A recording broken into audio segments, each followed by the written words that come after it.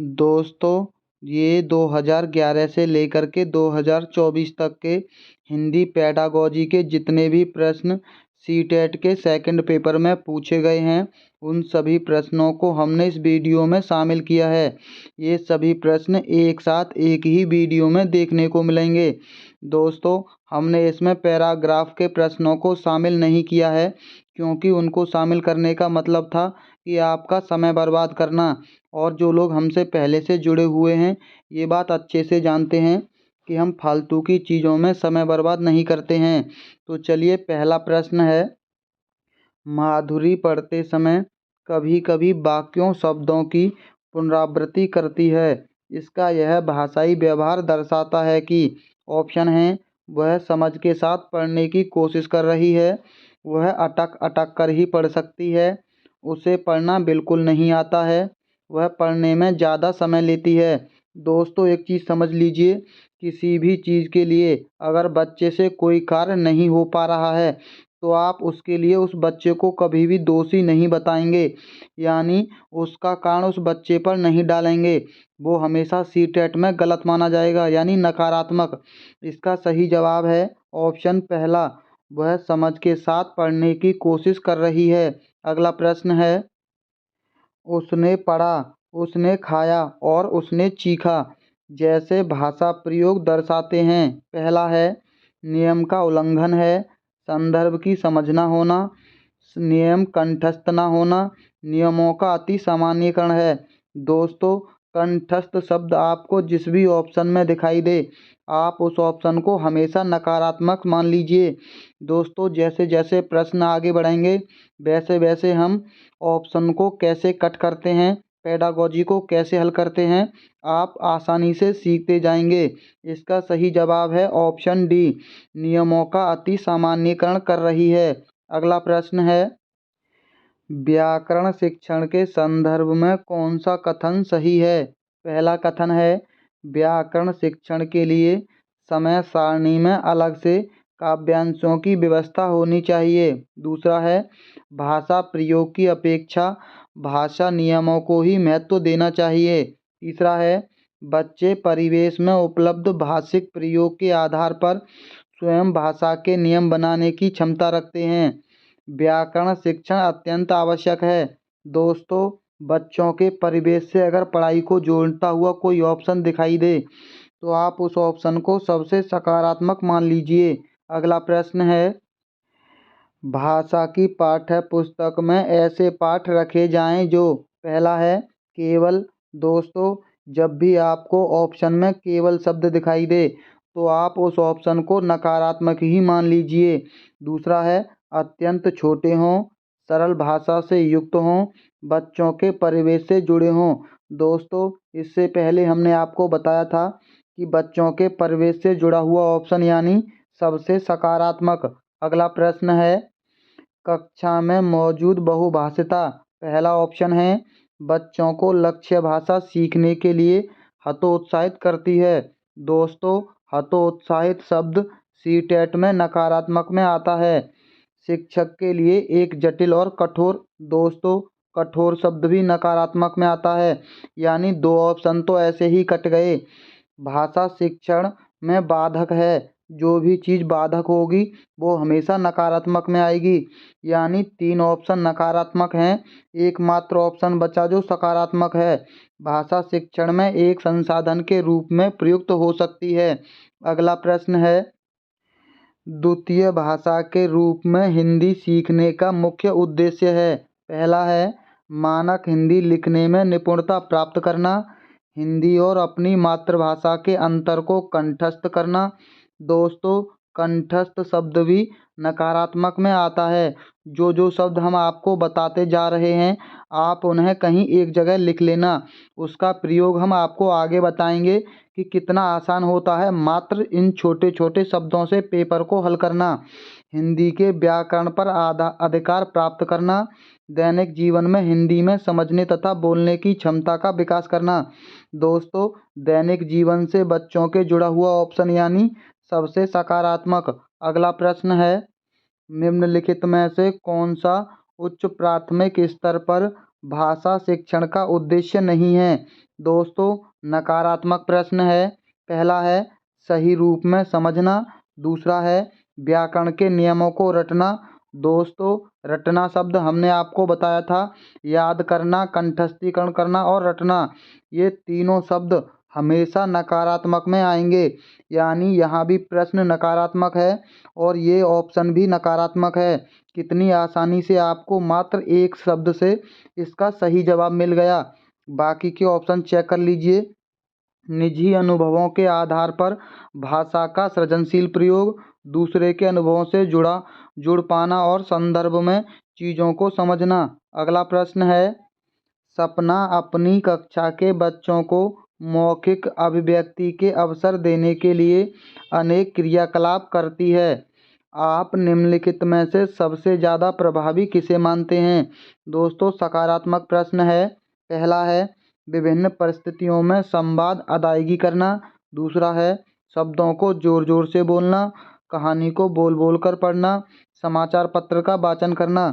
दोस्तों A option बाकी तीनों ऑप्शनों से ज़्यादा सकारात्मक है, संवाद अदायगी करना।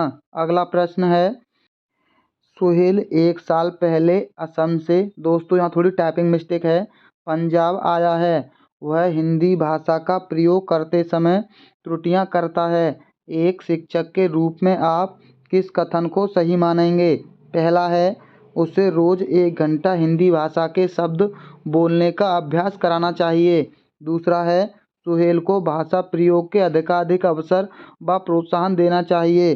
दोस्तों अवसर और प्रोत्साहन ये दोनों शब्द सकारात्मक होते हैं, लेकिन अवसर कभी कभी नकारात्मक में भी प्रयोग हो जाता है, लेकिन ज़्यादातर अवसर सकारात्मक में प्रयोग होता है और प्रोत्साहन तो सकारात्मक में होता ही है। यानी ये सही जवाब आपको मिल गया होगा मात्र 2 शब्दों से। और भी चेक कर सकते हैं, सुहेल को बार बार उसकी त्रुटियों के बारे में बताना चाहिए। सुहेल की मातृभाषा का प्रभाव लक्ष्य भाषा पर नहीं पड़ने देना चाहिए। दोस्तों मात्र बी ऑप्शन सही है। अगला प्रश्न है, भाषा के संदर्भ में निदानात्मक परीक्षण का उद्देश्य है। पहला है बच्चे हेतु भाषा प्रयोग के अवसर जुटाना, दूसरा है बच्चों को अगली कक्षा में प्रोन्नत करना, तीसरा है बच्चों को विभिन्न श्रेणियों में विभाजन करना। दोस्तों एक चीज़ और समझ लीजिए, बच्चों को विभक्त यानी विभाजन करना, बच्चों को अलग अलग करना हमेशा नकारात्मक में प्रयोग होगा। बच्चों की भाषा प्रयोग संबंधी कठिनाइयों के संभावित कारकों की पहचान करना। दोस्तों यहाँ 3 ऑप्शन सही हैं, लेकिन सबसे ज़्यादा सकारात्मक ऑप्शन डी है। अगला प्रश्न है, भाषा के सतत और व्यापक मूल्यांकन का उद्देश्य है। पहला है बच्चे की सीखने की प्रक्रिया को समझकर उपयुक्त शिक्षण अधिगम प्रक्रिया अपनाना, दूसरा है अगली कक्षा में प्रोन्नत करने हेतु साक्ष्य जुटाना, तीसरा है बच्चों की त्रुटियों को पहचानना, चौथा है मूल्यांकन की परंपरा का निर्वाह करना।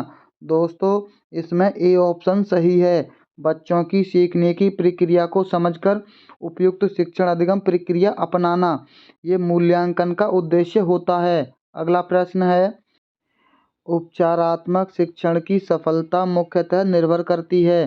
पहला है बच्चों की समाज सांस्कृतिक पृष्ठभूमि पर, बच्चों की भाषागत त्रुटियों की सूची बनाने पर, समस्याओं की पहचान पर, समस्याओं के कारणों की सही पहचान पर। दोस्तों इसका सही जवाब ऑप्शन डी है, सही पहचान करने पर ही हम उपचारात्मक शिक्षण कर सकते हैं। समस्याओं की पहचान कर लें लेकिन उसके सही कारणों को ना जान पाएंगे तो उपचारात्मक शिक्षण कैसे कर पाएंगे। अगला प्रश्न है, उच्च कक्षाओं में पहला ऑप्शन है साहित्य साध्य है और भाषा कौशल साधन है, दूसरा है केवल। दोस्तों यहाँ आपको केवल शब्द दिखाई दिया तो अब इस ऑप्शन को आपको पढ़ने की ज़रूरत नहीं है, क्योंकि ये पहले से ही नकारात्मक हो गया केवल शब्द के प्रयोग से।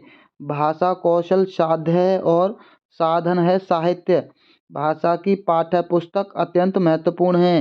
दोस्तों इसका सही जवाब है ऑप्शन सी, भाषा कौशल साध्य है और साहित्य एक साधन है। अगला प्रश्न है, उच्च प्राथमिक स्तर पर भाषा शिक्षण की प्रक्रिया में सबसे अधिक महत्वपूर्ण है।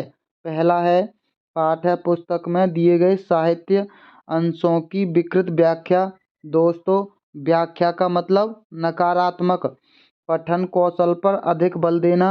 दूसरा है पाठों के शब्दों का अर्थ जानने के लिए शब्दकोश का प्रयोग करना। चौथा है समाचार पत्र पत्रिकाओं तथा अन्य भाषिक सामग्री में कही गई बात के निहितार्थ सोच सरोकार की पहचान कराना।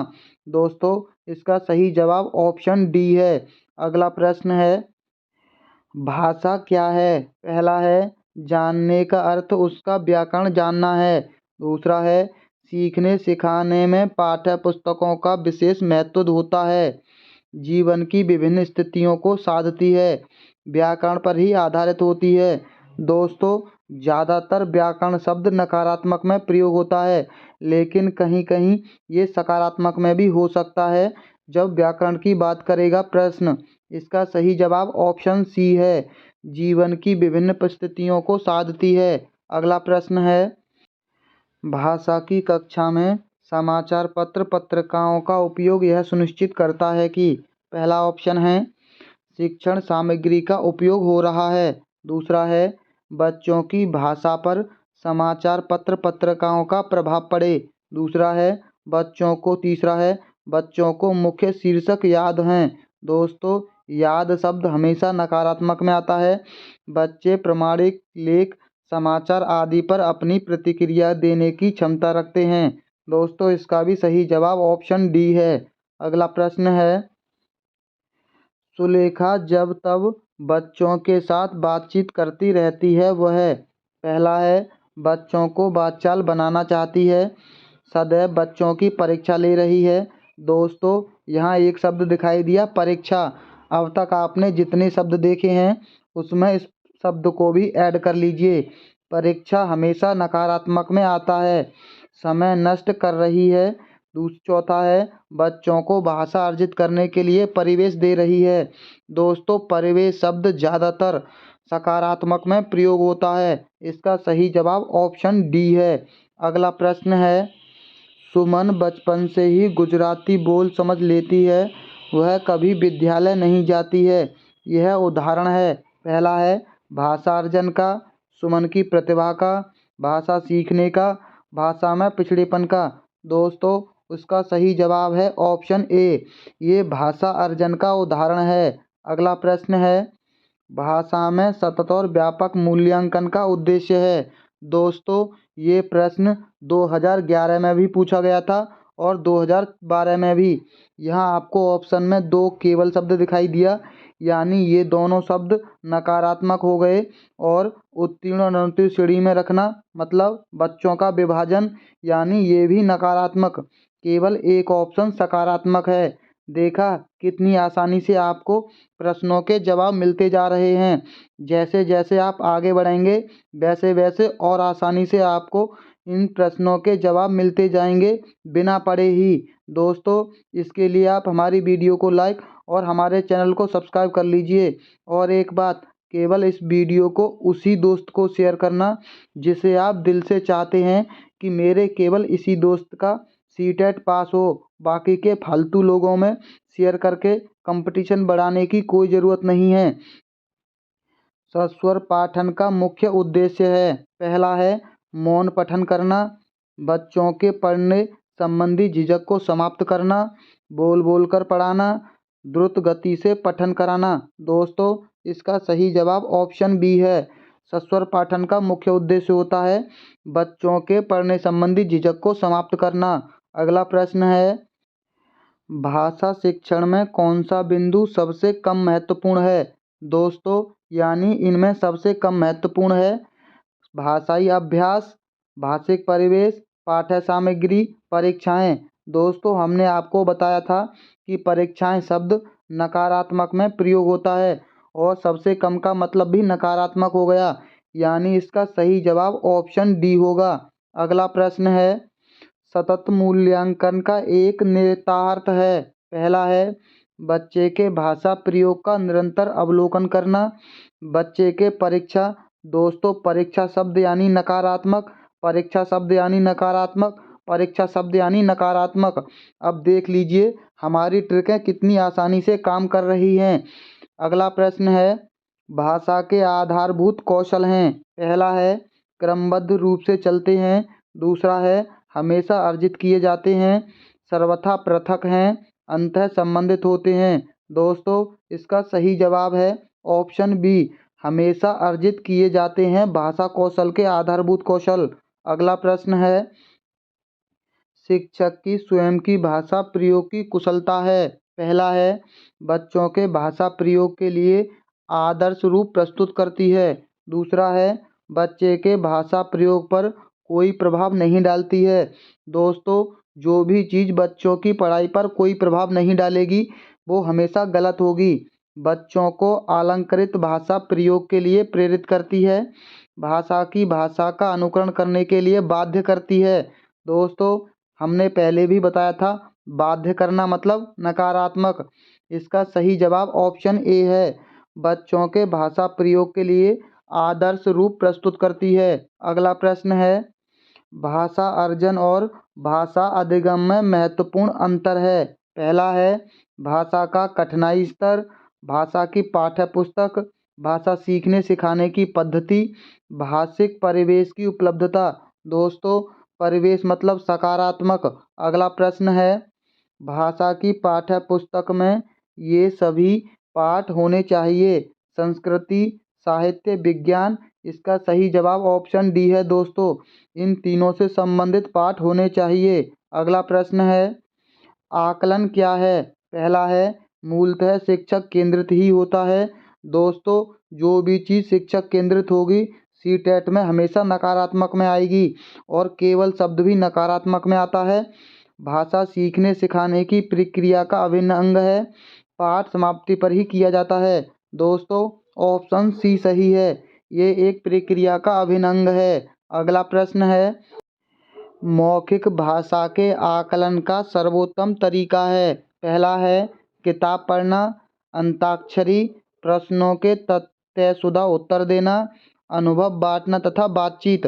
दोस्तों, इसका सही जवाब ऑप्शन डी है, मौखिक भाषा अपने अनुभव बांटती है और बातचीत का साधन होती है। अगला प्रश्न है, स्वाभाविक अभिव्यक्ति, कल्पनाशीलता, कौशल और सोच को विकसित करना।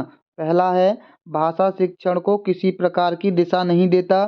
भाषा शिक्षण का एकमात्र उद्देश्य, दोस्तों केवल और एकमात्र दोनों एक शब्द हैं, यानी नकारात्मक। भाषा शिक्षण का उद्देश्य नहीं है, भाषा शिक्षण का एक महत्वपूर्ण उद्देश्य है। दोस्तों, ये बात आप आसानी से जानते होंगे कि एक महत्वपूर्ण उद्देश्य होता है बच्चों में कौशल, सोच और अभिव्यक्ति विकसित करना। अगला प्रश्न है, भाषा अर्जन में बच्चे भाषा को, पहला ऑप्शन है, सहज और स्वाभाविक रूप से सीखते हैं। बिल्कुल सही बात है दोस्तों, अभ्यास और यांत्रिकता से सीखते हैं। स्वाभाविक और प्रयासपूर्ण तरीके से सीखते हैं। सहजता और अभ्यास से सीखते हैं। दोस्तों, इसका सही जवाब ऑप्शन ए है, सहज और स्वाभाविक रूप से सीखते हैं। अगला प्रश्न है, जो बच्चे विशेष रूप से पढ़ने में कठिनाई महसूस करते हैं वे। दोस्तों, हमने आपको पहले भी बताया था कि पढ़ने संबंधी विकार को कैसे याद रखा जा सकता है। आप लोगों ने देखा होगा लक्स साबुन, LUX, देखने में लगता है लुक्स, लेकिन हम इसे पढ़ते हैं लक्स, यानी पढ़ने संबंधी कठिनाई। डिसलेक्सिया होता है जब भी पढ़ने संबंधी कठिनाई होती है, और डिसग्राफिया होता है, यानी आप ग्राफ बना लीजिए, ये ग्राफ बन गया, यानी बनाने संबंधी यानी लिखने संबंधी। ग्राफ को हमेशा बनाते हैं और बनाना या लाइन खींचना लिखने के अंतर्गत आता है। अगला प्रश्न है, हिंदी भाषा शिक्षक के रूप में आप किसे सबसे अधिक महत्वपूर्ण मानते हैं। पहला है, बच्चे की लेखन क्षमता का विकास करना, बच्चों को विभिन्न संदर्भों में भाषा प्रयोग सिखाना, बच्चे की मौखिक अभिव्यक्ति की क्षमता का विकास करना, बच्चे के व्याकरण के नियम सिखाना। दोस्तों, ये तो अपने आप ही नकारात्मक हो गया, बाकी तीनों सकारात्मक हैं और इसका सबसे अधिक महत्वपूर्ण होना चाहिए, बच्चे को विभिन्न संदर्भों में भाषा प्रयोग सिखाना। अगला प्रश्न है, हिंदी भाषा की बारीकी को सही रूप में समझने की क्षमता का विकास करने के लिए आप क्या करेंगे। पहला है हिंदी भाषा के विभिन्न प्रयोगों से युक्त सामग्री उपलब्ध कराना। दूसरा है संस्कृतनिष्ठ हिंदी भाषा से युक्त सामग्री उपलब्ध कराना। हिंदी भाषा के प्राचीनतम प्रयोग से युक्त सामग्री उपलब्ध कराना। गुण अर्थ वाली भाषा से युक्त सामग्री पढ़वाना। दोस्तों, केवल ए ऑप्शन ज़्यादा सकारात्मक है, बाकी इन तीनों की अपेक्षा। अगला प्रश्न है, 7वीं कक्षा में पढ़ने वाली रूबी कक्षा में सबसे पहले अपना कार्य समाप्त कर लेती है। हिंदी भाषा शिक्षक के रूप में आप क्या करेंगे? पहला है रूबी के दूसरे बच्चों के कार्य की जांच का एकमात्र। दोस्तों, एकमात्र का मतलब नकारात्मक। रूबी की दूसरों से तुलना। दोस्तों, तुलना करना यानी नकारात्मक। रूबी को उसकी पसंद का कार्य करने के लिए कहेंगे। चौथा है रूबी से शांत बैठने के लिए कहेंगे। दोस्तों, बच्चे की पसंद का कार्य करना सकारात्मक ऑप्शन। आप हमेशा सीटेट में टीचर की तरह मत सोचना, बच्चों की तरह सोचना। अगर आप बच्चे को शांत बैठने के लिए कहेंगे तो उसे अच्छा नहीं लगेगा, और अगर आप उससे कहेंगे कि आप अपने पसंद का कार्य कर लें तो इससे बच्चा ज़्यादा अच्छा महसूस करेगा। अगला प्रश्न है, उच्च प्राथमिक स्तर पर भाषा सीखने को प्रभावित करता है। पहला है बच्चे द्वारा किए जाने वाला सुलेख। शिक्षक का भाषा शिक्षण संबंधी रवैया। शिक्षक द्वारा ली गई दोस्तों परीक्षा शब्द यानी नकारात्मक। भाषा संबंधी गृह कार्य। दोस्तों, इसका सही जवाब है ऑप्शन बी, शिक्षक का भाषा शिक्षण संबंधी रवैया।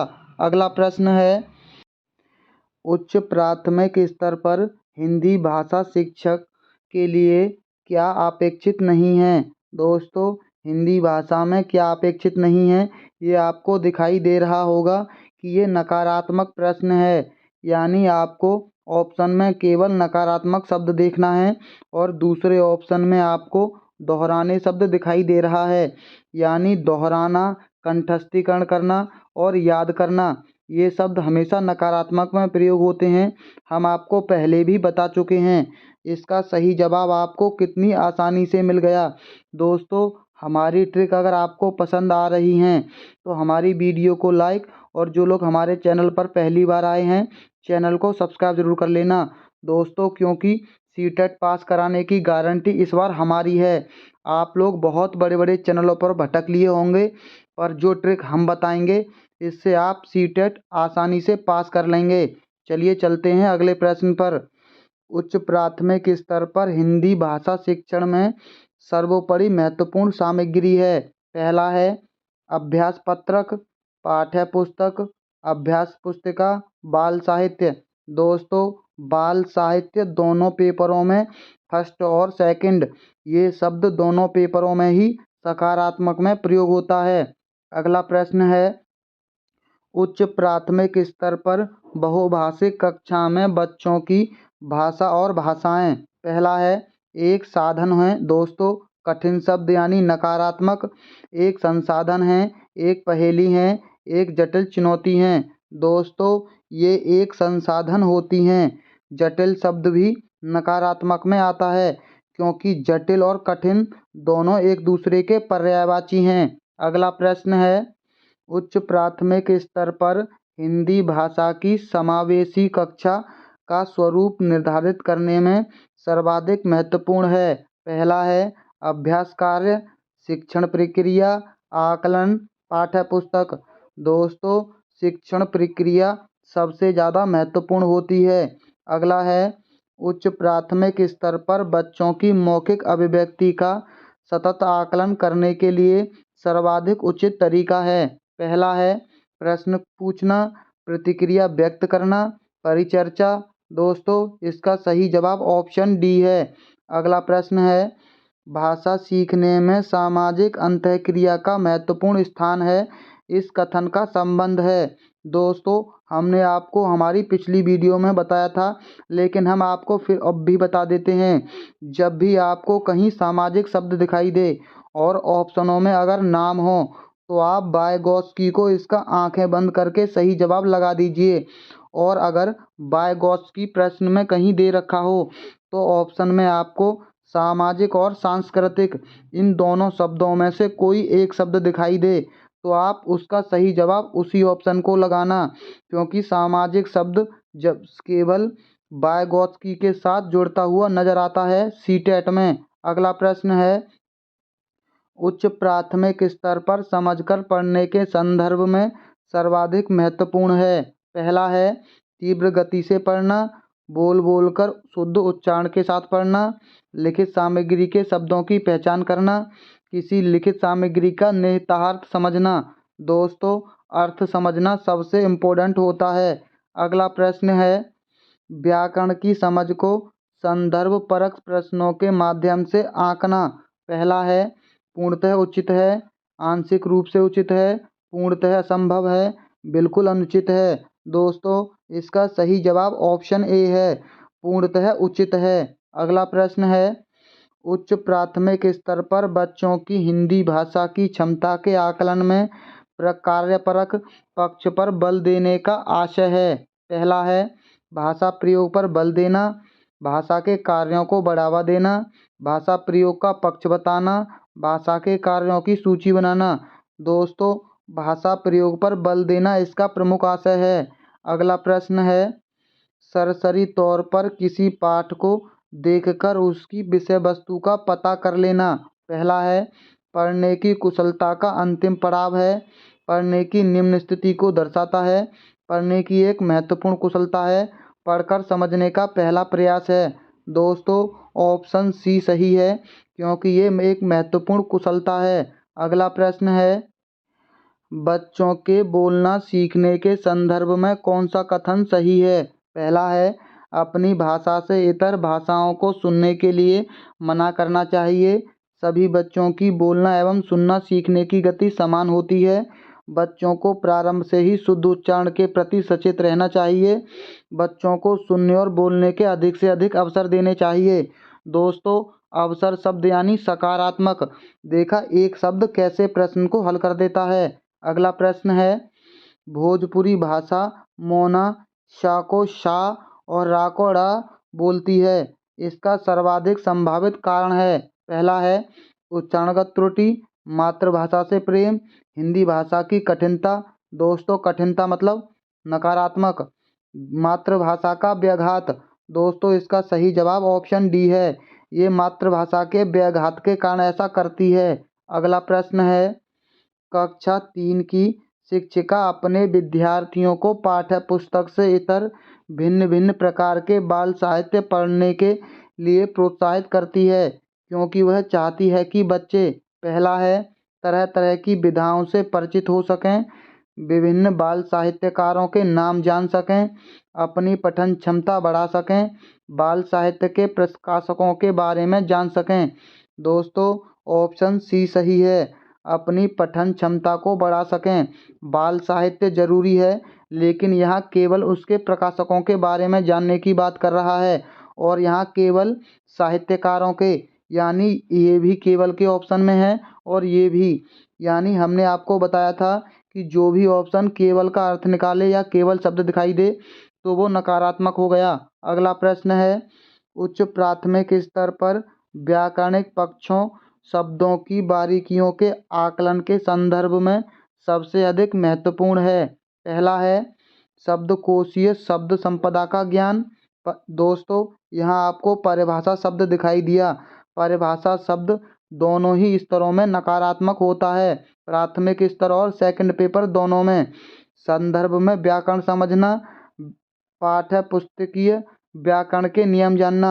दोस्तों, नियम शब्द हमेशा नकारात्मक में आता है, सी ऑप्शन सही है। अगला प्रश्न है, आपने अपने विद्यार्थियों को एक प्रश्न दिया है, घर से विद्यालय आने तक आप रास्ते में जो जो चीज़ें देखते हैं उन्हें लिखें।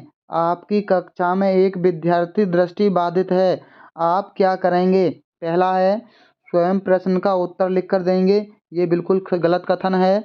उसे इस प्रश्न का उत्तर लिखने के लिए मना करेंगे, ये भी गलत है। उससे कहेंगे कि अपने सहपाठियों से पूछ कर लिखे। चौथा है प्रश्न में उसे बच्चे की आवश्यकता के अनुसार परिवर्तन करेंगी। दोस्तों, डी ऑप्शन सबसे ज़्यादा सकारात्मक है। अगला प्रश्न है, उच्च प्राथमिक स्तर पर बच्चों की भाषाई क्षमताओं का आकलन करने के लिए सर्वाधिक उपयोगी है। पहला है पाठ के व्याकरण की जांच परख करना। दोस्तों, प्रश्न में कहीं व्याकरण नहीं है तो व्याकरण शब्द नकारात्मक में प्रयोग होगा।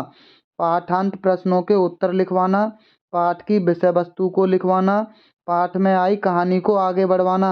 दोस्तों, डी ऑप्शन सबसे ज़्यादा सकारात्मक है क्योंकि ये चिंतन की प्रक्रिया को भी आगे बढ़ाता है। अगला प्रश्न है, बच्चे अपने चारों ओर लिखित सामग्री का जितना उपयोग होते देखेंगे उतना ही लिखित भाषा के प्रति उनकी समझ सहज रूप से बनती चली जाएगी। उपयुक्त कथन का निहितार्थ है। पहला है बच्चों को अपने इर्द गिर्द विज्ञापन, होर्डिंग, कैलेंडर, बाल साहित्य, सूचियाँ आदि देखने पढ़ने के अवसर मिलते रहने चाहिए। दोस्तों, अवसर शब्द यानी सकारात्मक। बाकी और ऑप्शन चेक कर लीजिए। बच्चों की पाठ्य पुस्तक में बहुत से पाठ होने चाहिए। बच्चों को गृह कार्य में लेखन संबंधी कार्य ही देना चाहिए। बच्चों को श्यामपट्ट पर लिखते हुए तथ्य अपनी कॉपी में लिखने के अधिकाधिक अवसर देने चाहिए। दोस्तों, दो ऑप्शनों में अवसर शब्द है लेकिन ए ऑप्शन ज़्यादा सकारात्मक है। अगला प्रश्न है, भाषा अर्जन के बारे में कौन सा कथन सही है? पहला है यह परिवार में ही होता है। दूसरा है यह सहज होता है। यह दोस्तों कठिन शब्द यानी नकारात्मक, यह विद्यालय में ही होता है। दोस्तों, में ही मतलब केवल यानी ये भी नकारात्मक। दोस्तों, बी ऑप्शन ज़्यादा सही है, यह सहज होता है। अगला प्रश्न है, निम्नलिखित में से किस स्थिति में आप कहेंगे कि पठन हो रहा है? पहला है उचित गति एवं प्रवाह, अनुमान के साथ भाव ग्रहण, प्रत्येक शब्द का सही उच्चारण, ध्वनि का उतार चढ़ाव। दोस्तों, बी ऑप्शन सबसे सही है। अनुमान के साथ भाव ग्रहण करना ही पठन हो रहा है, ये आप मानेंगे। अगला प्रश्न है, उच्च माध्यमिक स्तर पर हिंदी भाषा की पाठ्य पुस्तक में हिंदीतर भाषाओं की रचनाओं को भी स्थान देने का मुख्य उद्देश्य है। पहला है अन्य भाषाओं के उत्कृष्ट साहित्य से परिचित कराना। दूसरा है अन्य भाषाओं के व्याकरण। दोस्तों, प्रश्न में कहीं व्याकरण शब्द नहीं है तो व्याकरण नकारात्मक में प्रयोग होगा। अन्य भाषाओं के रचनाकारों से परिचित कराना, अन्य भाषाओं से। दोस्तों, तुलना शब्द नकारात्मक। दो ऑप्शन बचे जिसे आप सही लगा सकते हैं, इससे आपके प्रश्न के गलत होने के चांस कम हो गए। दोस्तों, इसका सही जवाब ऑप्शन ए है, अन्य भाषाओं के उत्कृष्ट साहित्य से परिचित कराना। अगला प्रश्न है, बच्चों की सशक्त लेखन क्षमता का परिचायक है। पहला है अलंकृत भाषा, सुंदर लिखावट, सशक्त वाक्य विन्यास, मौलिक विचार। दोस्तों, मौलिक विचार ज़्यादा सकारात्मक है। अगला प्रश्न है, मुहावरे और लोकोक्तियाँ सीखने सिखाने का एक महत्वपूर्ण उद्देश्य है। पहला है मुहावरे एवं लोकोक्तियों का निर्माण करना। दूसरा है मुहावरे एवं लोकोक्तियों का सुनिश्चितन प्रयोग करना। मुहावरे एवं लोकोक्तियों का अर्थ बताना। कोश से मुहावरे एवं लोकोक्तियों का अर्थ देखना। दोस्तों, बी ऑप्शन सबसे सही है। अगला प्रश्न है, निम्नलिखित में से किस प्रकार के प्रश्न बच्चों की भाषागत रचनात्मकता का आकलन करने में सर्वाधिक रूप से उपयुक्त होंगे? पहला है बहुविकल्पीय प्रश्न, मुक्त अंत वाले प्रश्न, एक शब्द में उत्तर देने वाले प्रश्न, सही कथन पर निशान लगाने वाले प्रश्न। दोस्तों, मुक्त अंतर वाले प्रश्न सबसे ज़्यादा बेस्ट होते हैं। मुक्त अंत वाले प्रश्नों का मतलब होता है जिनके एक से अधिक जवाब होते हैं। अगला प्रश्न है, तपस्या 7वीं कक्षा में विभिन्न संदर्भों में पृथ्वी, वसुधा और भूमि शब्दों के प्रयोग की तरफ बच्चों का ध्यान आकर्षित करती है। ऐसा करने में उसका उद्देश्य है, पहला है भाषा का व्याकरणिक ज्ञान देना। दोस्तों, हमने आपको पहले भी बता दिया है कि व्याकरण शब्द अगर प्रश्न में व्याकरण नहीं है तो नकारात्मक होगा। शब्द भंडार का विकास करना, हिंदी की बारीकियां समझाना, और चौथे ऑप्शन में आपको परिभाषा शब्द दिखाई दे गया, यानी 4 में से 2 ऑप्शन तो हमारी ट्रिक से कट गए, यानी ये दोनों जवाब नहीं हो सकते हैं। अब अगर आपको इसका सही जवाब ना भी पता हो तो आप इन दोनों में से किसी एक पर ही टिक लगाएंगे। इससे देखा कितना आसान हो गया प्रश्न को हल सॉल्व करना, क्योंकि इन दोनों में से अगर कोई सा भी आंसर लगाने की कोशिश करेंगे तो आपके प्रश्न के गलत होने के चांस कम हो गए। दोस्तों, इसका सही जवाब ऑप्शन सी है, हिंदी की बारीकियां समझाना। दोस्तों, इससे पहले कि हम अगले वर्ष की प्रैक्टिस पर चलें, अब तो आपको हमारी वीडियो को लाइक करना ही होगा। चलिए वीडियो को लाइक और चैनल को सब्सक्राइब कर लीजिए। तो चलिए चलते हैं अगले वर्ष की प्रैक्टिस पर। लड़के होकर रोते हो, यह कथन है। भाषा को बच्चों की दृष्टि से पढ़ने को बाध्य करता है। भाषा को अध्यापकों की दृष्टि से पढ़ने को बाध्य करता है। भाषा को जेंडर की दृष्टि से पढ़ने को बाध्य करता है। भाषा को व्याकरण की दृष्टि से पढ़ने को बाध्य करता है। दोस्तों, ऑप्शन सी सही है, भाषा को जेंडर। यहाँ लड़का लड़की में भेद हो रहा है, यानी जेंडर बायसनेस है, रूढ़िबद्धता या पूर्वाग्रह। अगला प्रश्न है, लड़के होकर। दोस्तों, ये थोड़ी टाइपिंग मिस्टेक हो गई है। ये प्रश्न यहाँ से शुरू होता है। एक कहानी के संदर्भ में कौन सा कथन उपयुक्त है? पहला है, कहानी में संवाद होना आवश्यक है। कहानी में शुरुआत होना आवश्यक है। कहानी में शुद्ध भाषा होना आवश्यक है। कहानी में कथानक का होना आवश्यक है। दोस्तों, इसका सही जवाब है ऑप्शन डी, कहानी में कथानक का होना आवश्यक है। अगला प्रश्न है, भाषा एक भाषा के अध्यापक को बच्चों में। पहला है, भाषा सिद्धांतों की समझ विकसित करने पर बल देना चाहिए। दूसरा है, अलंकारिक भाषा प्रयोग की समझ विकसित करने पर बल देना चाहिए। तीसरा है, विविध संदर्भों में भाषा प्रयोगों की क्षमता विकसित करने पर बल देना चाहिए। चौथा है, शुद्ध भाषा प्रयोग की क्षमता विकसित करने पर बल देना चाहिए। दोस्तों, इसका सही जवाब है ऑप्शन तीसरा, विविध संदर्भों में भाषा प्रयोग की क्षमता विकसित करने पर बल देना चाहिए। अगला प्रश्न है, कोई भाषा किसी भी लिपि में लिखी जा सकती है, इस कथन पर आपकी राय है कि? पहला है, यह बिल्कुल संभव नहीं है। यह बहुत हद तक संभव है। यह हर भाषा की अपनी लिपि होती है। भाषा और लिपि के बीच एक सीधा संबंध है। दोस्तों, ये कथन बहुत हद तक संभव है। अगला प्रश्न है, भाषा सभी विषयों में। पहला है, पढ़ने, अध्यायों, केंद्र, प्रारंभ। दोस्तों, सभी विषयों में केंद्र होती है भाषा। अगला प्रश्न है, कविता का एक निश्चित अर्थ होता है जिसमें सभी विद्यार्थियों को पढ़ना चाहिए, इस कथन के बारे में आप मानते हैं कि? पहला है, किसी कविता को एक निश्चित अर्थ के साथ पढ़ना चाहिए। दूसरा है, सभी विद्यार्थी अपने अनुभव और परिवेश में ही कविता समझते हैं। दोस्तों, परिवेश शब्द यानी सकारात्मक। अब तक आपने जितने भी प्रश्न देखे हैं, जिस भी प्रश्न में परिवेश शब्द आया है, उसमें सबसे सही जवाब वही ऑप्शन है जिस ऑप्शन में परिवेश शब्द दिखाई दिया है। कवि ने कविता का एक अर्थ में लिखी जिसे हर विद्यार्थी को समझना चाहिए। अलग अलग अर्थ समझने से पढ़ने की प्रक्रिया बाधित होती है। दोस्तों, इसका सही जवाब ऑप्शन बी सही है, सभी विद्यार्थी अपने अनुभव और परिवेश में ही कविता समझते हैं। अगला प्रश्न है, आप मानते हैं कि अलग अलग तरह की सामग्री पढ़ने के अवसर मिलने से? पहला है, भाषा को विविध संदर्भों में प्रयोग करने की समझ बनती है। दोस्तों, जब भी आपको ऑप्शन में विविध शब्द दिखाई दे तो ये सबसे सकारात्मक में प्रयोग होता है। व्याकरण यानी नकारात्मक, किताबों के बारे में जानकारी मिलती है, लेखकों के बारे में जानकारी मिलती है। दोस्तों, ये ऑप्शन ज़्यादा सही है।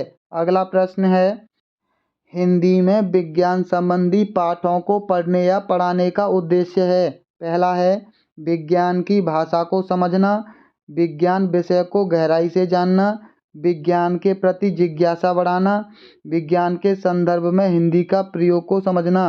दोस्तों, इसका सही जवाब है ऑप्शन पहला, विज्ञान की भाषा को समझना। अगला प्रश्न है, लेखन क्षमता के आकलन के लिए। पहला है, अभिव्यक्ति विचारों को जांचना होगा। व्याकरण। दोस्तों, व्याकरण शब्द यानी नकारात्मक अर्थपूर्ण वाक्यों और संदर्भों को देखना होगा। लिखावट की सफाई और सुंदरता को जांचना होगा। दोस्तों, सी ऑप्शन ज़्यादा सही है। अर्थपूर्ण ज़्यादा सकारात्मक होता है। अगला प्रश्न है, हिंदी के पाठों में अन्य भाषाओं के शब्दों के होने का अर्थ है। पहला है, पाठ का लेखक हिंदी नहीं जानता है। पाठ समाज के बहुभाषी स्वरूप की सहज प्रस्तुति हैं। दोस्तों, यहाँ आपको कठिन शब्द दिखाई दिया यानी नकारात्मक हो गया। विद्यार्थियों को शुद्ध भाषा नहीं सिखाई जा रही है। दोस्तों, बी ऑप्शन सबसे सही है।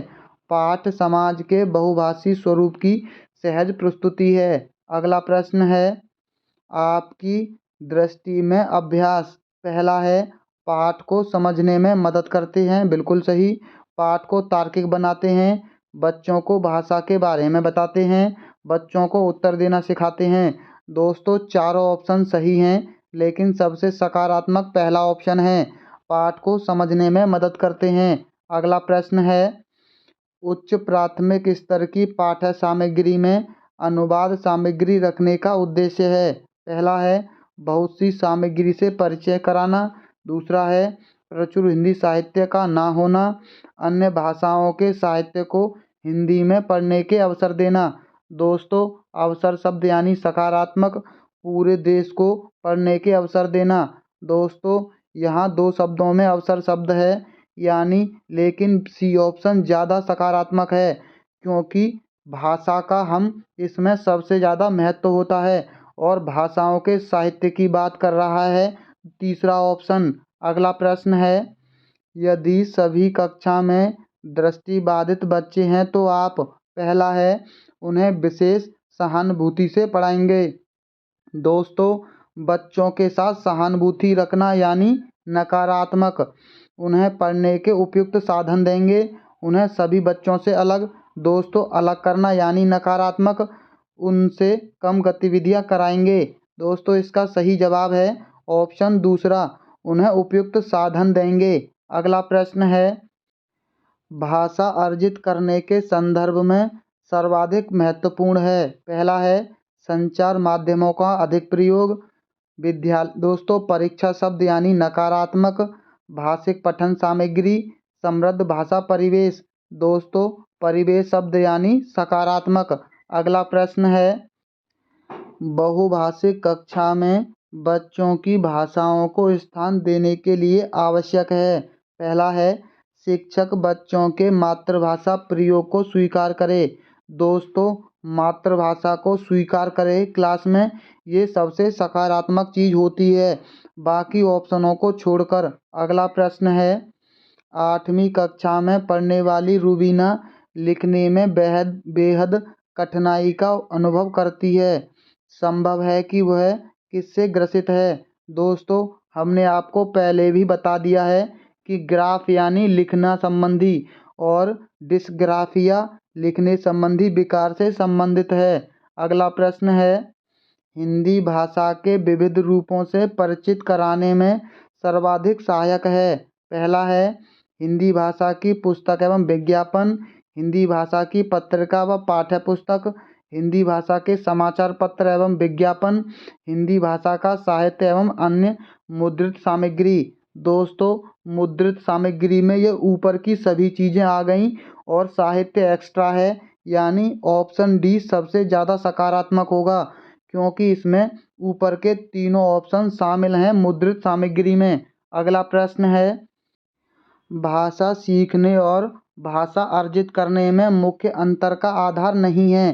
दोस्तों, नकारात्मक प्रश्न। और आपको बी ऑप्शन दिखाई दे रहा होगा, व्याकरण। और हमने आपको बताया है कि अगर प्रश्न में व्याकरण शब्द नहीं है तो ये नकारात्मक में प्रयोग होगा। देखा कितनी आसानी से इसका सही जवाब मिल गया। अगला प्रश्न है, स्त्री को सौंदर्य का प्रतिमान बना दिया जाना ही उसका बंधन बन जाता है। इस विषय पर कक्षा में चर्चा कीजिए। भाषा की पाठ्य पुस्तक में इस प्रश्न को स्थान देने का क्या औचित्य है। पहला है, सौंदर्य प्रसाधनों का विरोध करना। दूसरा है, भाषा को स्त्री विमर्श से जोड़ना। सौंदर्य प्रतिमान बनाना, स्त्री बंधन की चर्चा करना। दोस्तों, एक चीज समझ लीजिए, चर्चा शब्द सकारात्मक होता है, लेकिन अगर ये प्रश्न हिंदी भाषा के अंदर ना पूछा गया होता तो इसका सबसे सही जवाब ऑप्शन डी होता। लेकिन हम यहाँ हिंदी भाषा यानी भाषा पर चर्चा कर रहे हैं, और भाषा पर चर्चा का मतलब होता है भाषा को स्त्री विमर्श से जोड़ना। ये ऑप्शन ज़्यादा सकारात्मक होगा इसकी अपेक्षा, इसीलिए इसका सही जवाब ऑप्शन बी है, भाषा को स्त्री विमर्श से जोड़ना। अगला प्रश्न है, पाठ में ठिठियाकर हंसने लगी जैसा वाक्य आया है। ठिठियाना शब्द में आना प्रत्यय का प्रयोग हुआ है। आना प्रत्यय से बनने वाले 4 सार्थक शब्द लिखिए। इस प्रश्न का स्वरूप किसको पोषित करता है? पहला है संदर्भ में व्याकरण को, पाठ्य पुस्तकीय व्याकरण को, प्रत्यय का समस्त ज्ञान को, सूत्र शैलीय व्याकरण को।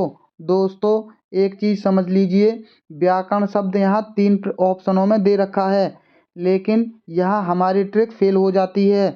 पर जब भी हमारी ट्रिक किसी प्रश्न में फेल होगी, वहाँ आपको आसानी से पता चल जाएगा कि यहाँ ट्रिक फेल हो रही है। कैसे? क्या कोई एक शब्द संपूर्ण समस्त ज्ञान यानी प्रत्यय के समस्त ज्ञान को बता सकता है? बिल्कुल भी नहीं। केवल आना शब्द के प्रत्यय को हम इससे जान सकते हैं, बाकी प्रत्यय को क्या हम जान सकते हैं इस शब्द से? बिल्कुल भी नहीं जान सकते हैं। और समस्त ज्ञान का मतलब होता है प्रत्यय की संपूर्ण जानकारी, और एक शब्द संपूर्ण जानकारी नहीं दे सकता। तो ये ऑप्शन अपने आप नकारात्मक हो गया। अब तीनों ऑप्शनों में व्याकरण है, तो अब किसी में न किसी में व्याकरण शब्द सही होगा। इसका सही जवाब ऑप्शन पहला है, संदर्भ में व्याकरण। दोस्तों, हमारी ट्रिक 100% प्रश्नों पर सही नहीं होगी, ये बात जरूर है, लेकिन ज़्यादा से ज़्यादा प्रश्न हमारी ट्रिक से आसानी से हल होंगे, ये बात भी सत्य है। और इस ट्रिक से आपका सीटेट पास होगा, ये गारंटी हमारी है।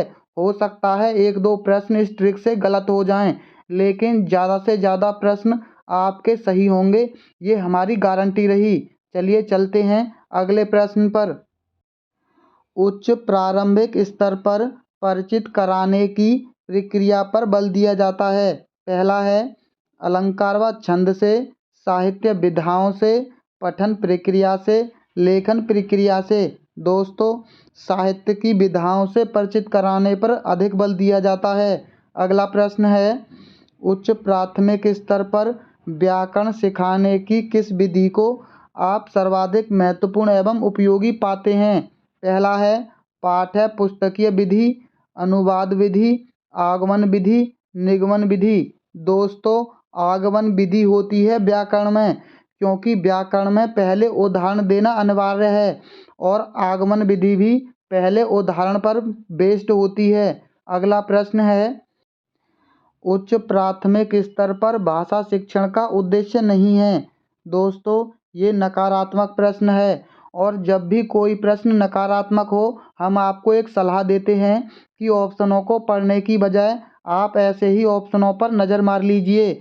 अगर कोई ऑप्शन आपको मिल जाता है नकारात्मक, तो आपका समय बचेगा।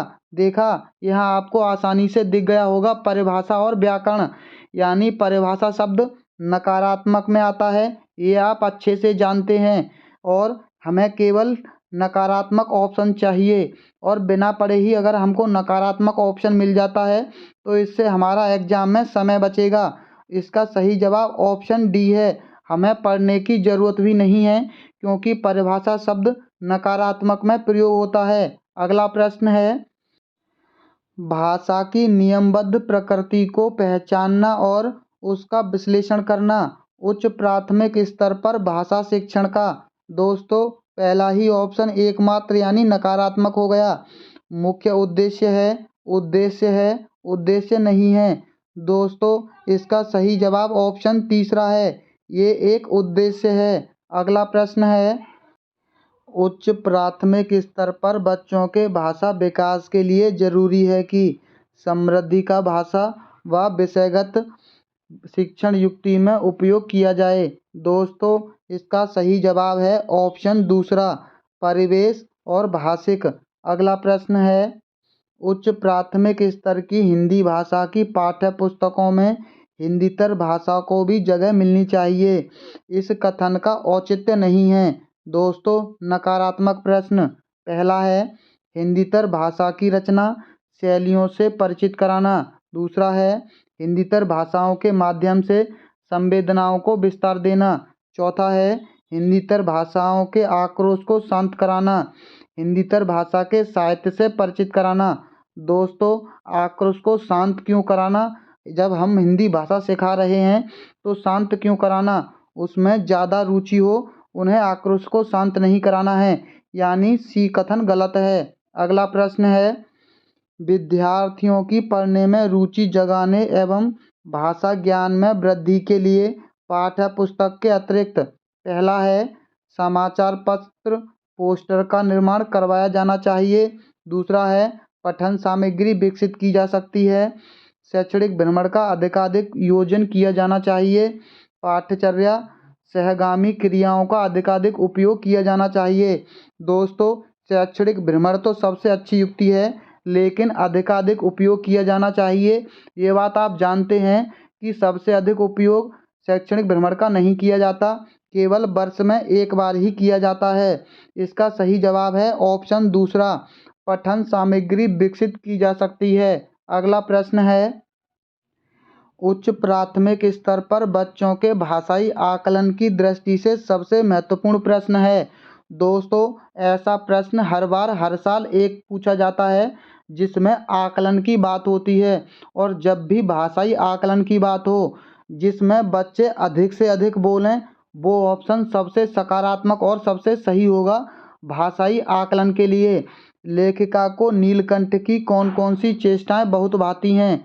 दोस्तों, उसे जो भी चेष्टाएं थीं वो बता देंगे बच्चे। दूसरा है नीलकंठ की नृत्य भंगिका को अपने शब्द चित्र में प्रस्तुत कीजिए। दोस्तों, अपने शब्दों में कहना, बच्चे जो भी चीज़ अपने शब्दों में कहेंगे वो बहुत ही अधिक होगा भाषाई आकलन के लिए, क्योंकि पाठ में आई हुई चीज़ों बोलना उससे आप भाषा का आकलन नहीं कर सकते। बच्चे जो अपने शब्दों में चीज़ें कहेंगे उससे आप भाषा का आकलन आसानी से कर सकते हैं। अगला प्रश्न है त्रिभाषा सूत्र के अनुसार स्कूल में पहली भाषा जो पढ़ाई जाए वो है हो या भाषा। पहला है हिंदी और अंग्रेजी, अंग्रेजी और विदेशी, मातृभाषा और क्षेत्रीय, मातृभाषा और हिंदी। दोस्तों, इसका सही जवाब है ऑप्शन सी, वह हो मातृभाषा और क्षेत्रीय भाषा, यानी इन दोनों में से कोई एक भाषा होनी चाहिए। अगला प्रश्न है व्याकरण पढ़ाने की आगमन विधि सर्वाधिक बल देती है। दोस्तों, हमने आपको पहले भी बताया है आगमन का मतलब होता है उदाहरण और निगमन का मतलब होता है ना से शुरू होता है, ना से नियम। इसका सही जवाब है ऑप्शन पहला, उदाहरणों पर सर्वाधिक बल देती है। अगला प्रश्न है भाषा के संदर्भ में संचार माध्यमों का प्रयोग न केवल सामाजिक संवेदनाएं विकसित करता है बल्कि किसको समझने में मदद करता है। पहला है विभिन्न माध्यमों के उपयोग को, विभिन्न माध्यमों की आर्थिक स्थिति को, विभिन्न माध्यमों की जानकारी को, विभिन्न माध्यमों में प्रयुक्त भाषा को। दोस्तों, भाषा का प्रयोग यानी सबसे सही जवाब। अगला प्रश्न है कहानियों की विभिन्न शैलियों पर की गई चर्चा बच्चों को किसमें मदद करती है? दोस्तों, पहला ही ऑप्शन याद यानी नकारात्मक कहानियों की कमियां बताने में। दोस्तों, व्याकरण शब्द यानी नकारात्मक, दो ऑप्शन नकारात्मक मिल गए कहानियां रचने में। दोस्तों, इन दोनों में सबसे सकारात्मक ऑप्शन है डी, व्याकरण में माफ़ कीजिए कहानियां रचने में मदद करती हैं। अगला प्रश्न है संदर्भ में व्याकरण किस पर बल देता है? पहला है पाठ के अंत में दिए गए समस्त भाषा को पूर्ण करवाने पर, पाठ पढ़ाते समय प्रसंगवश आने वाले व्याकरणिक बिंदुओं को स्पष्ट करने पर, पाठ के अंत में समस्त व्याकरणिक बिंदुओं को स्पष्ट करने पर, पाठ के दौरान आए समस्त व्याकरण बिंदुओं की परिभाषा। दोस्तों, परिभाषा शब्द तो हर स्थिति में नकारात्मक होता है, यानी इसका सही जवाब है ऑप्शन दूसरा, पाठ पढ़ाते समय प्रसंगवश आने वाली व्याकरण बिंदुओं की स्पष्ट करने पर। अगला प्रश्न है, प्रत्येक भाषा शिक्षक को इस बात की जानकारी जरूर होनी चाहिए कि उसकी कक्षा के बच्चों की किस पृष्ठभूमि क्या है। पहला है, दोस्तों यहाँ खाली जगह नहीं होगी, उनकी पृष्ठभूमि क्या है। भाषिक एवं सांस्कृतिक, सांस्कृतिक एवं आर्थिक, आर्थिक व सामाजिक, सामाजिक व व्यावसायिक।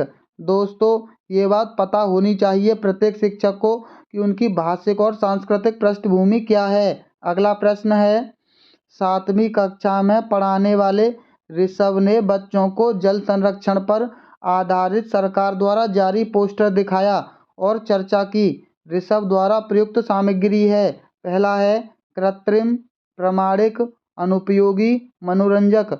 दोस्तों ये प्रामाणिक है, क्योंकि सरकार के द्वारा जो भी चीज़ें होती हैं वो हमेशा प्रामाणिक में आएंगी। अगला प्रश्न है, कविता शिक्षण के समस्त शिक्षक द्वारा ऐसे प्रश्नोत्तर पर बल देना चाहिए। पहला है, जिसका एक ही उत्तर हो, जिनका उत्तर पुस्तक में दिया गया हो, जिनके उत्तर सरल हों, जिनके विभिन्न उत्तर हों।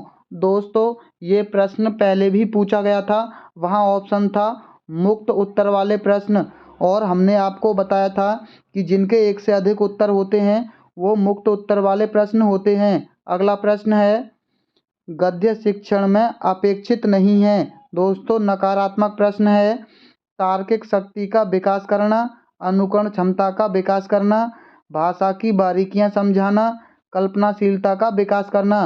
दोस्तों इसका सही जवाब है ऑप्शन दूसरा, अनुकरण क्षमता का विकास करना। ये बच्चे सीखते ज़्यादा हैं, लेकिन गद्य शिक्षण में ये अनुकरण कैसे करेंगे। अनुकरण का मतलब होता है देखकर सीखना, और गद्य शिक्षण में बच्चे किसी से कुछ देख नहीं रहे हैं बल्कि खुद से पढ़ेंगे। अगला प्रश्न है, हिंदी भाषा की पाठ्य पुस्तकों में हिंदीतर भाषाओं की रचनाओं को भी स्थान मिलना चाहिए ताकि। पहला है, बच्चे हिंदीतर भाषाओं पर अपनी पकड़ बना सकें। दूसरा है, बच्चे हिंदीतर भाषाओं के व्याकरण से।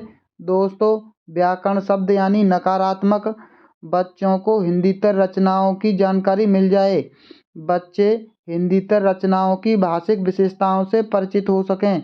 दोस्तों इसका सही जवाब ऑप्शन डी है, भाषिक विशेषताओं से परिचित हो सकें। अगला प्रश्न है, उच्च प्राथमिक स्तर पर हिंदी भाषा शिक्षण का एक महत्वपूर्ण उद्देश्य है। पहला है, हिंदी भाषा के प्रसिद्ध रचनाकारों को जानना, हिंदी भाषा की प्रसिद्ध रचनाओं को जानना, हिंदी भाषा की नियमबद्ध प्रकृति को जानना, हिंदी भाषा के व्याकरण को कंठस्थ करना। दोस्तों चौथा ऑप्शन तो नकारात्मक है, इसका सही जवाब है ऑप्शन तीसरा, हिंदी भाषा की नियमबद्ध प्रकृति को जानना। अगला प्रश्न है, भाषण, परिचर्चा, संवाद बच्चों की किस क्षमता का विकास करने में सहायक है। पहला है, कल्पनाशीलता, अनुकरण, लिखित अभिव्यक्ति, मौखिक अभिव्यक्ति। दोस्तों यहाँ सभी चीज़ों में बच्चे मुख से बोलेंगे, यानी मौखिक अभिव्यक्ति है। भाषण देने में, परिचर्चा में भी बात करेंगे और संवाद में भी। इन तीनों चीज़ों में बच्चे मुख से बात करेंगे, यानी मौखिक अभिव्यक्ति है। अगला प्रश्न है, गद्य रचना को पद्य में रूपांतरित करना और पद्य को गद्य में रूपांतरित करना किसमें मदद करता है। पहला है, भाषाई संरचनाओं पर अधिकार में, भाषा व्याकरण। दोस्तों व्याकरण शब्द यानी नकारात्मक, साहित्य के सर्वोत्कृष्ट सृजन में, अभ्यास प्रश्नों को गढ़ने में। दोस्तों इसका सही जवाब है ऑप्शन पहला, भाषाई संरचनाओं पर अधिकार में मदद करता है। अगला प्रश्न है, 8वीं कक्षा में हिंदी भाषा सीखने सिखाने के लिए आप किस सामग्री को सर्वाधिक महत्व देंगे। पहला है, व्याकरण। दोस्तों व्याकरण शब्द यानी नकारात्मक, पोस्टर को, पाठ्य पुस्तक को, साहित्य सामग्री को। दोस्तों डी ऑप्शन ज़्यादा सही है। अगला प्रश्न है, आप 6ठी कक्षा के बच्चों को लिए हिंदी भाषा सीखने सिखाने की किस पद्धति का समर्थन करेंगे। पहला है, जिनमें बच्चे परस्पर अंतःक्रिया करें। दूसरा दोस्तों केवल शब्द दिखाई दे गया यानी नकारात्मक हो गया। जिनमें बच्चों को बोलने के अवसर हों। दोस्तों, अवसर शब्द यानी सकारात्मक। 2 ऑप्शन आपको सकारात्मक मिल गए, जिसमें बच्चों को पाठ्य पुस्तक बिल्कुल ना पढ़नी हो। दोस्तों, ये दोनों ऑप्शन नकारात्मक हैं और 2 ऑप्शन सकारात्मक हैं, लेकिन परस्पर अंतःक्रिया ज़्यादा सकारात्मक होता है अवसर शब्द से। इसका सही जवाब ऑप्शन पहला है, जिनमें बच्चे परस्पर अंतःक्रिया करते हैं। अगला प्रश्न है, शिक्षार्थी क्या तय करती है? इस उदाहरण को पढ़ें और उदाहरण से मेल खाती हुई युक्ति का चयन कीजिए। उदाहरण है, यदि मुझे किसी का अर्थ समझ में नहीं आता है तो मैं देखने का प्रयास करती हूँ। पहला है, संदर्भ सामग्री की मदद लेना, मस्तिष्क की भ्रमित स्थिति, विन्यास पर ध्यान देना, अभ्यास के लिए अवसरों का प्रयोग। दोस्तों, यहाँ अवसर शब्द है, लेकिन संदर्भ सामग्री की मदद ले रही है, क्योंकि यहाँ मदद की बात हो रही है, इसीलिए वह संदर्भ सामग्री की मदद ले रही है। अवसरों का प्रयोग तब होता जब उसे अवसर ना मिलते। उसे यहाँ पूर्ण अवसर मिल रहे हैं, केवल संदर्भ सामग्री की मदद ले रही है। अगला प्रश्न है, नैदानिक परीक्षणों का प्रयोग किसके आकलन के लिए किया जाता है? पहला है, पाठ्य पुस्तक में मुख्य बिंदुओं का सारांशीकरण करने की योग्यता। दूसरा है, शिक्षार्थियों को उपलब्धियों के क्रम में श्रेणीबद्ध करना। तीसरा है, शिक्षार्थियों के भाषा के मजबूत और कमजोर बिंदु। चौथा है, शिक्षार्थी की अपनी भाषा संबंधी गलतियों को स्वयं पहचानने की योग्यता। दोस्तों, इसका सही जवाब है ऑप्शन चौथा। माफ़ कीजिए, इसका सही जवाब ऑप्शन तीसरा है, शिक्षार्थी के भाषा के मजबूत और कमजोर बिंदु को पहचानने में। दोस्तों, नैदानिक का मतलब होता है बच्चे में जो कमी है उनको उजागर करके उन्हें सही करना। अगला प्रश्न है, निपुणता परीक्षण सदैव किसका आकलन करते हैं? पहला है, भाषा का वह स्तर जहाँ तक विद्यार्थियों की पहुँच बन गई है, बहुसंवेदी अधिगम अनुभव, वार्तालाप की भाषा, विद्यार्थियों की पढ़ाई गई भाषा। दोस्तों, इसका सही जवाब है ऑप्शन पहला, भाषा का वह स्तर जहाँ तक विद्यार्थियों की पहुँच बन गई है। अगला प्रश्न है, एक अध्यापक ने विद्यार्थियों को समूह में विभाजित किया और हाथियों पर कहानी पढ़ने से पहले उनके बारे में आयोजित प्रश्नोत्तरी में भाग लेने के लिए कहा।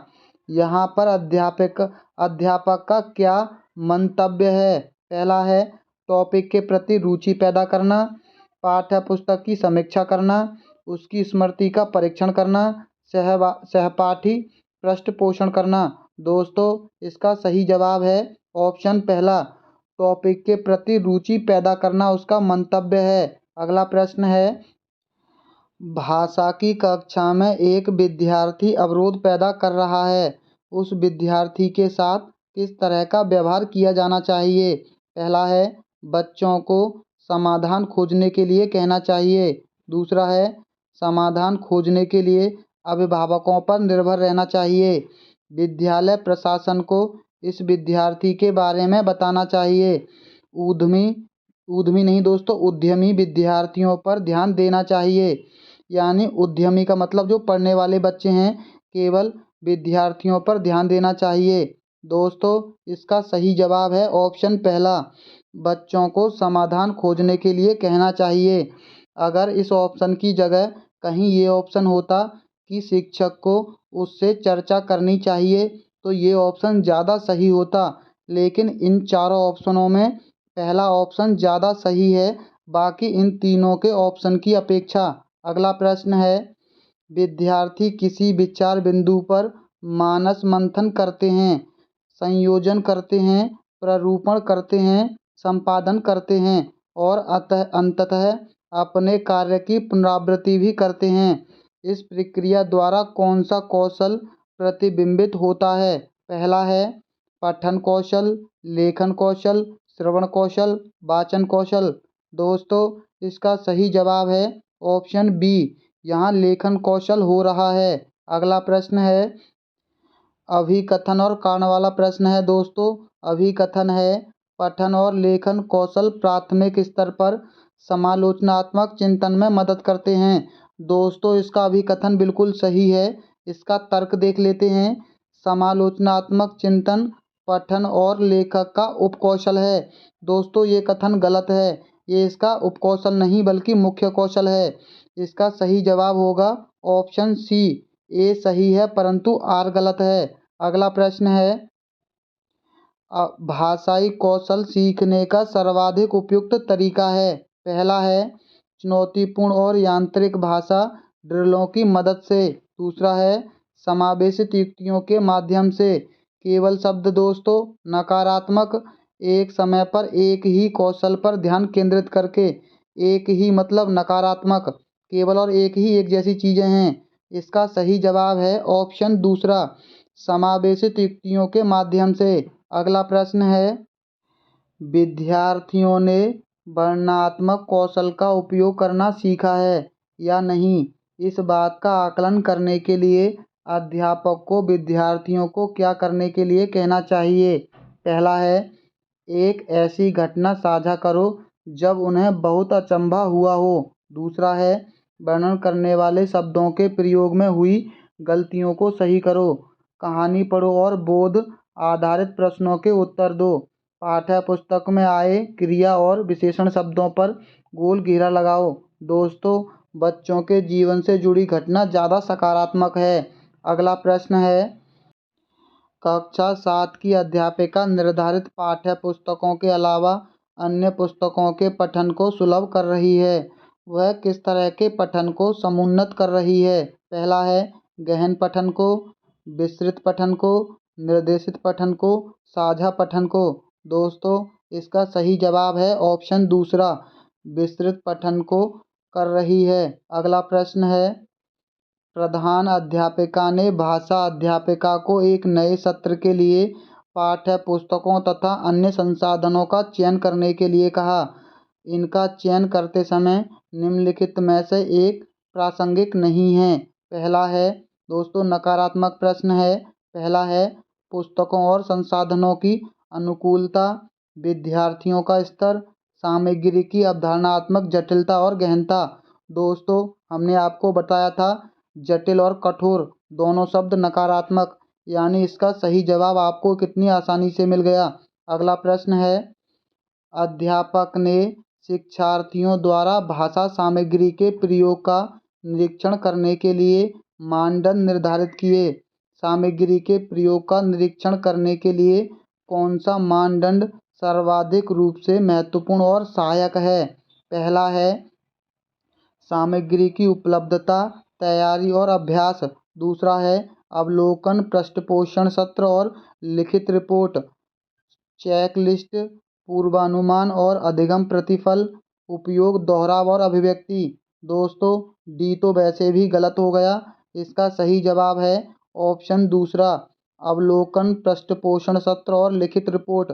ये सबसे सही और सबसे महत्वपूर्ण है। अगला प्रश्न है, एक अध्यापिका ने कक्षा 6 के विद्यार्थियों को कैप्शन के साथ एक फिल्म दिखाई। यह फिल्म पाठ्यपुस्तक के एक अध्याय पर आधारित थी। कैप्शन के साथ दिखाई जा रही फिल्म किस बात के लिए प्रोत्साहित करेगी। पहला है श्रवण युक्तियाँ, सक्रिय रूप से देखना और विद्यार्थियों को भाषा की प्रामाणिक सामग्री का उपयोग करने के लिए प्रोत्साहित करना। दूसरा है इस तरह की और फिल्में देखने के लिए विद्यार्थियों को प्रोत्साहित करना। दोस्तों दो ऑप्शनों में प्रोत्साहित है। तीसरा है मौखिक संकेतों द्वारा श्रवण युक्तियाँ पात्रों के अभिनय की सराहना और समीक्षा करना। चौथा है सक्रिय रूप से देखना और सुनना। दोस्तों दो ऑप्शनों में प्रोत्साहित शब्द है, यानी ये दोनों ऑप्शन ज़्यादा सकारात्मक हैं। इसका सही जवाब है दोस्तों पहला ऑप्शन। बी ऑप्शन से ज़्यादा ए ऑप्शन सकारात्मक है। श्रवण युक्तियाँ सक्रिय रूप से देखना और विद्यार्थियों को भाषा की प्रामाणिक सामग्री का प्रयोग करने के लिए प्रोत्साहित करना।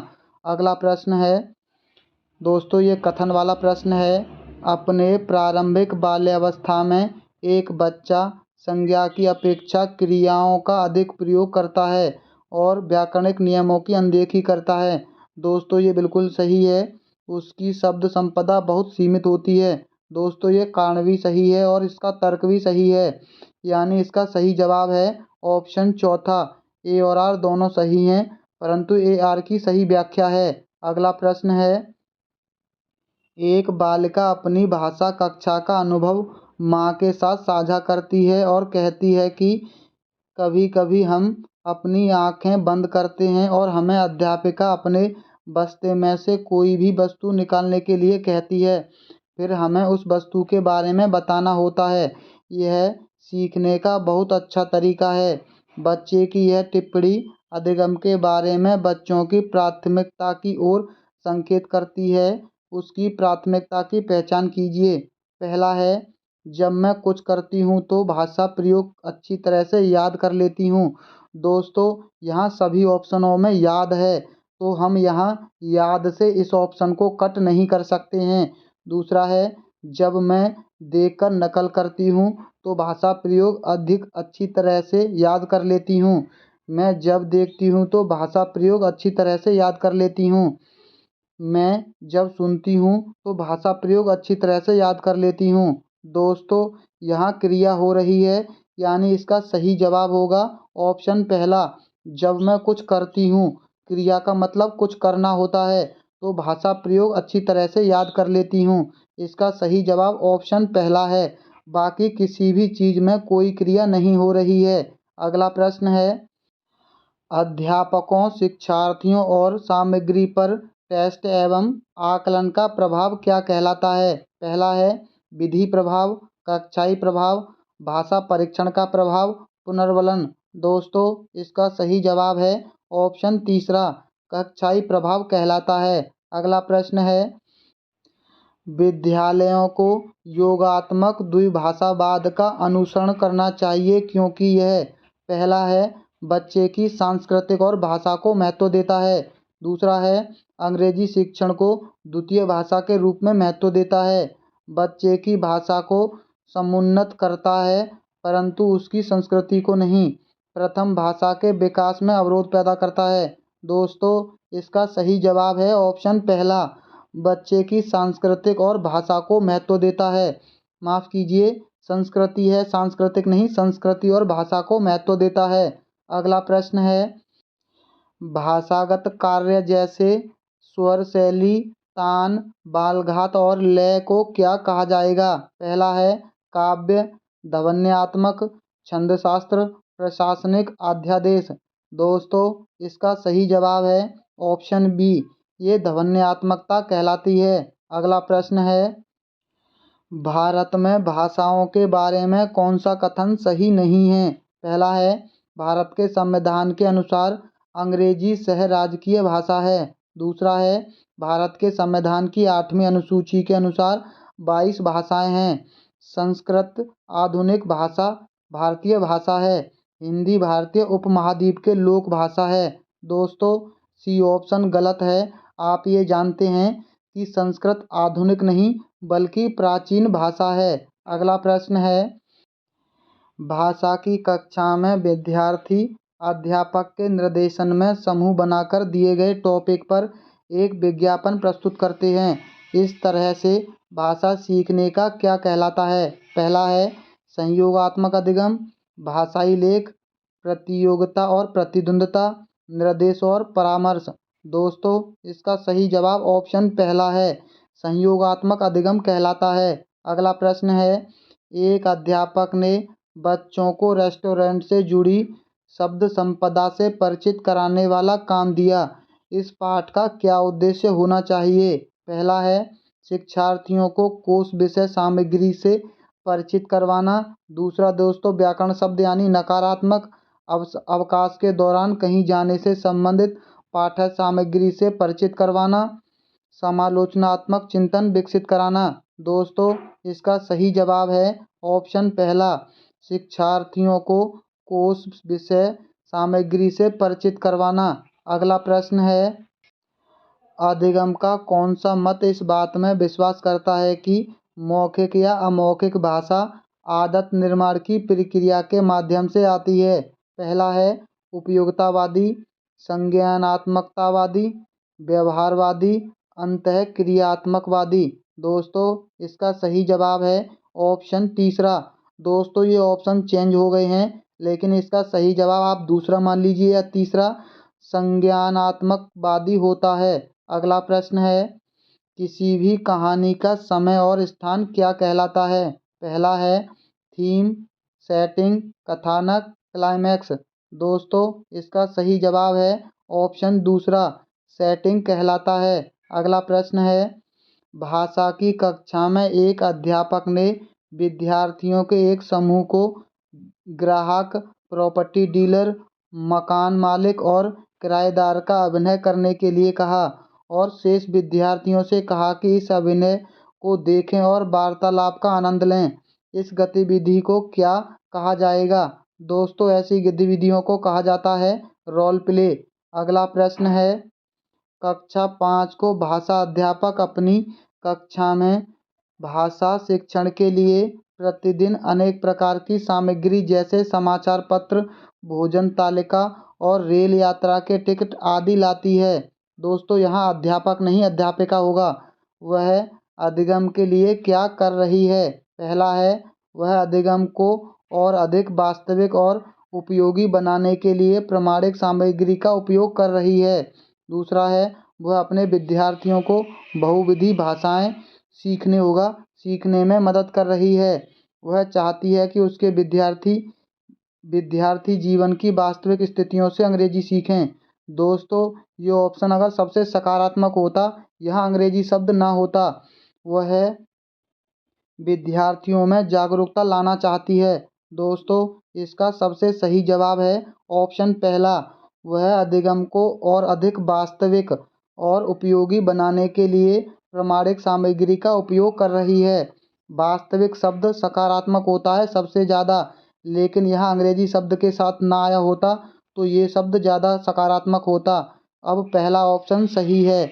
अगला प्रश्न है, किसी श्रवण से जुड़ी गतिविधि की योजना बनाते समय कौन सा कारक महत्वपूर्ण नहीं है? दोस्तों नकारात्मक है रिकॉर्डिंग को थोड़ा सा रोकना, बोलने की गति, वक्ताओं का जेंडर, अधिवक्ताओं की संख्या। दोस्तों इसका सही जवाब है ऑप्शन तीसरा, यहाँ महिला और पुरुष में अंतर हो रहा है, ये नकारात्मक में आएगा। अगला प्रश्न है, भारत में बहुभाषावाद के संदर्भ में अध्यापक के लिए क्या समझना जरूरी है? पहला है, संप्रेषण से सामाजिक संबद्धता स्थापित होती है, अल्पसंख्यक भाषाओं को प्रभुत्वशाली भाषा में मिला देना चाहिए, विविधता भरे समाज में एक भाषा नीति बनानी चाहिए, भाषा अस्मिता और संस्कृति में भिन्न भिन्न अस्तित्व रखती हैं। दोस्तों इसका सही जवाब ऑप्शन पहला है, संप्रेषण से सामाजिक संबद्धता स्थापित होती है। ये कथन बिल्कुल सही है। अगला प्रश्न है, भाषा के कौन से कौशल ग्राहक कौशल हैं? पहला है श्रवण और बोलना, बोलना और लेखन, पठन और लेखन, श्रवण और पठन। दोस्तों इसका सही जवाब है ऑप्शन चौथा, श्रवण और पठन।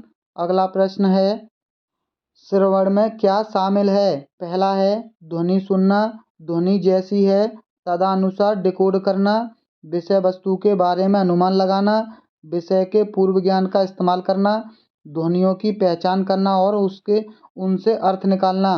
दोस्तों इसका सही जवाब ऑप्शन डी है, अर्थ निकालना सकारात्मक हो गया।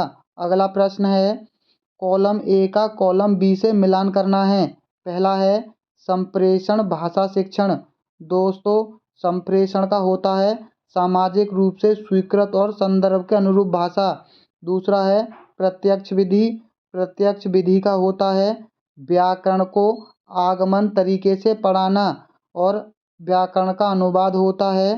तीसरा लिखित साहित्य सामग्री है, बेस्ट की नवीन विधि है मौन विधि। दोस्तों इसका सही जवाब होगा ऑप्शन पहला।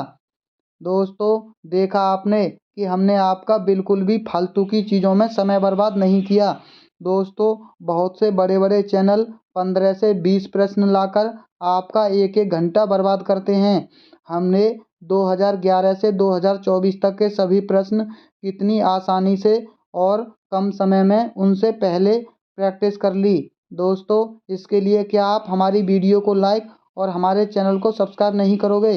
तो चलिए सबसे पहले वीडियो को लाइक और चैनल को सब्सक्राइब कर लीजिए, क्योंकि एग्ज़ाम तक हम आपको ऐसी ही ज़बरदस्त प्रैक्टिस कराते रहेंगे।